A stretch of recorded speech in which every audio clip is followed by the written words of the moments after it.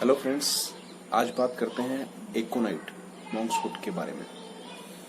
पहले भी हालांकि इसके ऊपर मैं चर्चा कर चुका हूं, लेकिन आज एक केस देखने के बाद दोबारा से इसकी याद आ गई।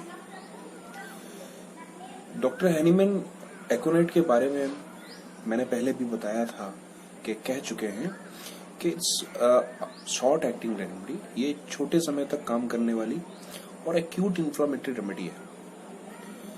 तुरंत काम करती है, थोड़े समय के लिए काम करती है और एक्यूट कंडीशंस में बहुत अच्छा काम करती है। और स्पेशली उन्होंने कहा कि सम डेडली केसेस या बहुत ही ज्यादा इमरजेंसी केसेस में भी बहुत अच्छा वर्क करती है। कहीं कहीं पे उन्होंने लिखा कि ये कुछ क्रॉनिक डिजीज के अंदर काम कर सकती है, लेकिन एग्जैक्टली उसको एक्सप्लेन नहीं किया। दिक्कत बस यहीं से शुरू हो गई। उसके बाद डॉक्टर कैंट ने भी इस चीज को फॉलो किया। उन्होंने कहा ये एक एक्यूट रेमेडी है और शॉर्ट एक्टिंग रेमेडी है और इसको एक्यूट इन्फ्लेमेशन या एक्यूट प्रॉब्लम्स के लिए ही दिया जाता है। और मैं नहीं समझता कि ऐसा कोई भी होम्योपैथ होगा जिसकी के डिस्पेंसरी के अंदर ये रखा नहीं होगा किसी भी पोटेंसी के अंदर। ये बहुत ही जरूरी और अहम अस्त्र है होम्योपैथी का। फिर हर जगह पे यही लिखा रहता है इसके बारे में कि ये एक्यूट रेमेडी है। मैंने भी जो पिछली बार समझाया था उसके अंदर एक्यूट रेमेडी के साथ में एक और केस डिस्कस किया था जहां इसने क्रॉनिक में काम किया था। आज दोबारा से ऐसा ही हुआ तो मुझे इसकी याद आ गई।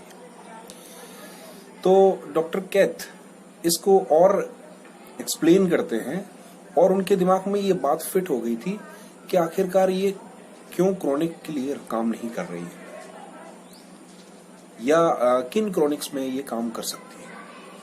तो उन्होंने इसको एक नया टर्म दिया। जब उन्होंने इस चीज को एग्जामिन किया रेगुलर केसेस देखने के बाद, तो उन्होंने उसको एक नया टर्म दिया। उन्होंने कहा कि ये ब्लॉक्ड शॉक रेमेडी है। ये टर्म याद रखिएगा दोस्तों, ब्लॉक्ड शॉक रेमेडी। मायने क्या हुए? मायने हुए कि ऐसा कोई शॉक जो ब्लॉक पड़ा है।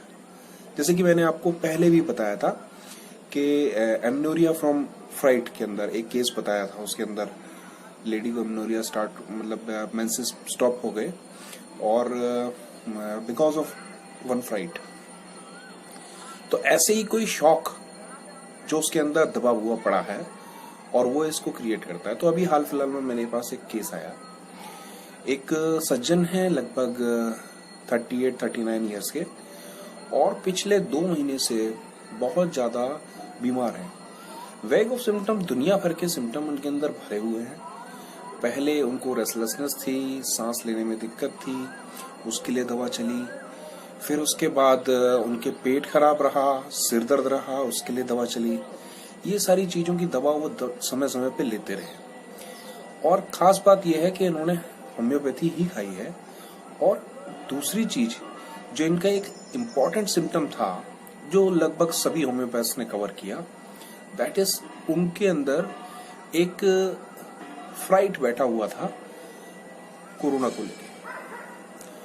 तो मेरे ही एक जान पहचान वाले पेशेंट ने उनको मेरे पास रेफर किया जब वो 2-3 जगह दवा खा चुके थे होम्योपैथ से। लेकिन खास बात ये थी कि जिन जिन होम्योपैथ से उन्होंने दवा ली थी वो सभी उस चीज को कंसीडर कर रहे थे। उनको जलसीमियम दिया गया था, उनको अर्जेंटम नाइट्रिकम दिया गया था, उनको स्ट्रेमोनियम तक दिया गया था। लेकिन अब जब वो मेरे पास सिम्टम लेके आए थे तो उनको इस समय पे सीवियर हेपेटाइटिस थी।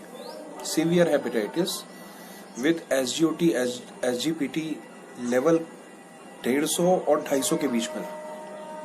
आप समझ सकते हैं कि क्या आलम रहा होगा। और इसके साथ में जो उनके साथ जो सिम्टम बना हुआ था वो था वर्टाइगो, चक्कर। और उस सब के साथ में उनको बस एक ही चीज, कोरोना का डर।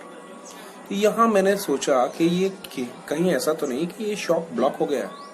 और इसी को सोचते हुए दोस्तों मैंने उसको एकोनाइट दी और विद इन 24 आवर्स वो पेशेंट रिवाइव कर गया। आपको मतलब ये अगेन अ शॉक कि मैंने 3 दिन बाद उसकी रिपोर्ट कराता हूँ तो सारी नॉर्मल आती है।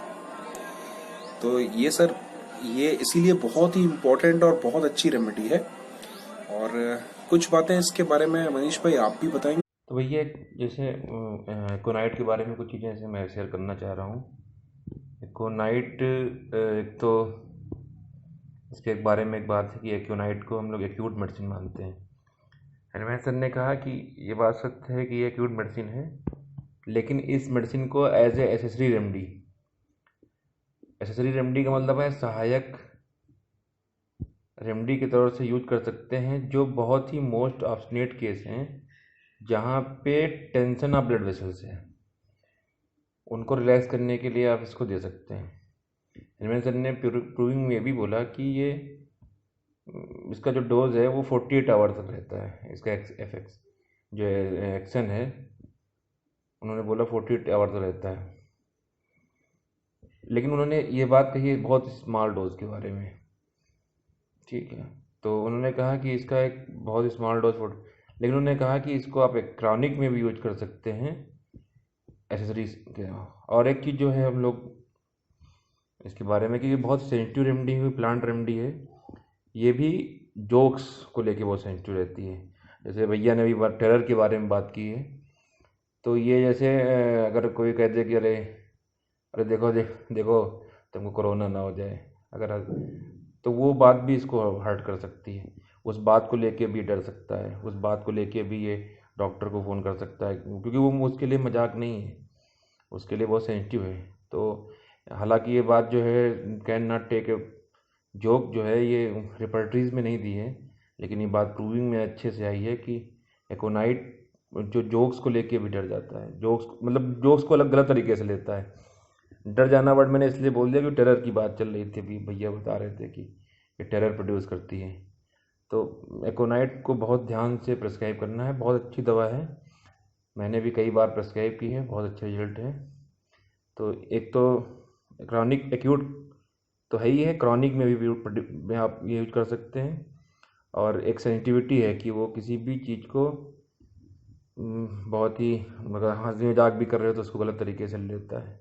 सेंसिटिविटी तो हालांकि बहुत ज़्यादा है, उस सेंसिटिविटी में बहुत चीज़ों की सेंसिटिविटी है, नॉइज़ को लेके है, म्यूजिक को लेके है, बहुत सेंसिटिव होता है। और कई बार उसको विज़न होता है कि जैसे वो जो गाना सुन रहा है, कोई इसका जानने वाला भी कोई बहुत दूर बैठा है वो भी वही सुन रहा है, तो उसको विजन्स होने लगते हैं। इसलिए क्लियरवाइंस में भी एकोनाइट को डाला गया है। एकोनाइट के पास निगेटिव क्लियरवाइंस भी है और पॉजिटिव भी इस तरह के भी हैं। तो एकोनाइट को अगर हम अच्छे से पढ़ के देते हैं तो बड़ा अच्छा रिजल्ट आते हैं। थैंक यू मनीष भाई। मनीष भाई ने बड़ा अच्छा उस चीज को कवर किया जो हम बात कर रहे थे उसके बारे में, और कुछ इम्पोर्टेंट अलग से पॉइंट्स भी बताए। बड़ी सेंसिटिव है ये। देखिए, सारे प्लांट रेमेडीज सेंसिटिव तो होती ही हैं, पर इसकी सेंसिटिविटी किस एक्सट्रीम लेवल पे है आप समझ सकते हैं। चलिए फिर बात करेंगे एक और नई रेमेडी के साथ, एक और नए केस के साथ। तब तक के लिए बाय बाय।